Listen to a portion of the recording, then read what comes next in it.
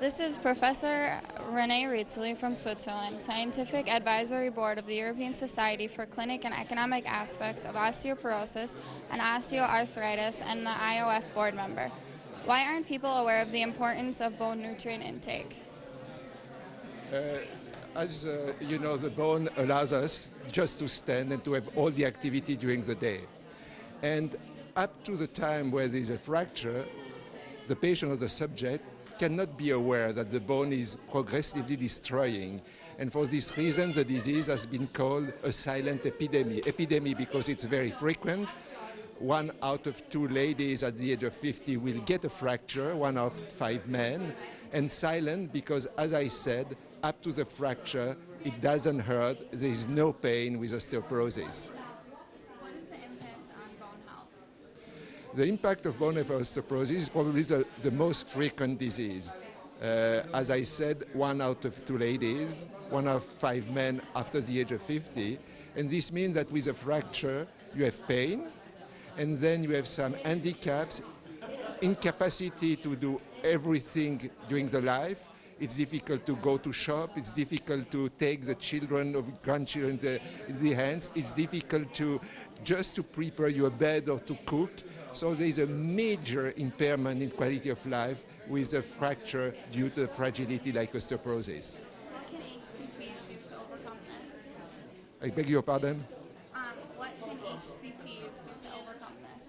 Okay, so there are 2 possibilities. The first one is to come to the age of 50 with a very good capital of bone. So this means that during your life you should make physical exercise regularly, you should have a well-balanced diet, and you should not have what we call the risk factor. So not smoking, not drinking too much, and avoid all the drugs which could impair the bone health. And then when at the menopause, when there is a loss of bone for the ladies, in this case there are several possibilities. The diet could play a role.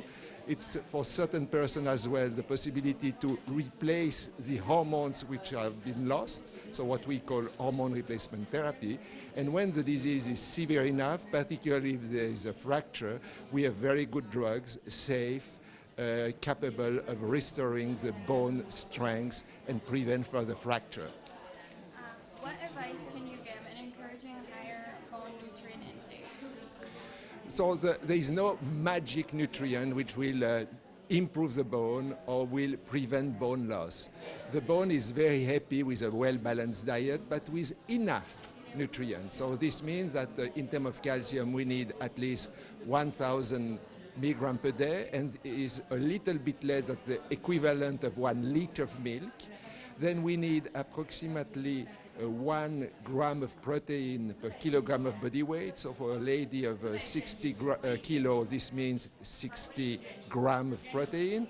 And this is the equivalent approximately of 1 steak, 1 liter of milk, and some yogurt. So it's relatively easy to balance. And then you need the vitamin D.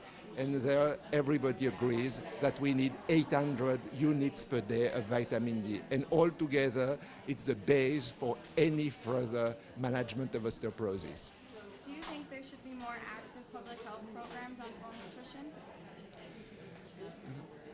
If the bone health is not as what we would expect or wish, it's because at 3 levels there are some lack of awareness. The patient himself or herself, because if she has got a fracture, said, well, it's normal because I fell down. It's not normal if you break a bone when you fall. The second is the doctor. Sometimes the doctors say, well, osteoporosis is associated with normal aging. We should not do anything. And third of all, it's a politician, because most of the time they are not aware of how severe the disease, how much it costs in terms of disability, in terms of quality of life, and also in terms of money for the community.